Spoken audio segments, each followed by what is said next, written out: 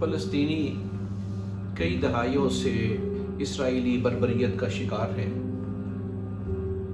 20 سال پہلے کا ایک واقعہ ہے، شاید سپٹمبر 2000 کے فلسطینی اپنے حقوق کے لیے احتجاج کر رہے تھے، انتفاضہ جاری تھا، ہر کوئی اس میں شامل تھا۔ ایک 12 سالہ بچہ محمد الدرہ اپنے باپ کے ساتھ اس احتجاج میں شامل تھا کہ اسرائیلی فوج نے ان کے اوپر گولیاں چلانی شروع کر دیں۔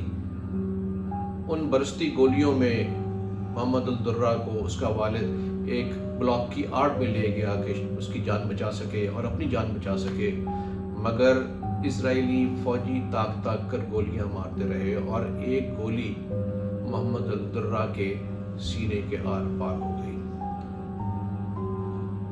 وہ ایسا واقعہ تھا جس نے دنیا کو دہلا دیا، اور یہ واقعہ میرے بھی سینے کے آر پار ہو گیا، اور میں نے اس موقع پہ ایک مختصر سی نظم لکھی۔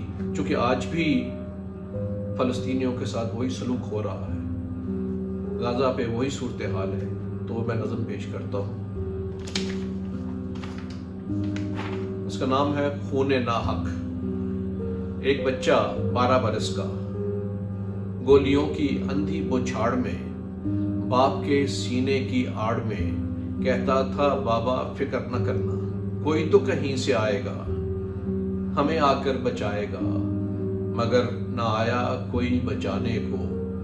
ہاں ضرور ایک گولی آئی باپ کی ڈھال کو چیرتی ہوئی، ننھے دل میں ترازو ہوئی، پیارا دلارا الدرہ جو ستارہ امید کا تھا، استعارہ نئی نوید کا تھا، اپنے ہی لہو میں نہا گیا، باپ کی باہوں میں جھول گیا، اور گرم سرخ لہو پھیل گیا قاتل کے بھیانک چہرے پر،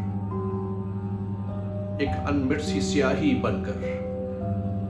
لاکھ وہ رگڑے جس کو چاہے، صاف نہ ہوگا پھر بھی کبھی خون ناحق الدرہ کا۔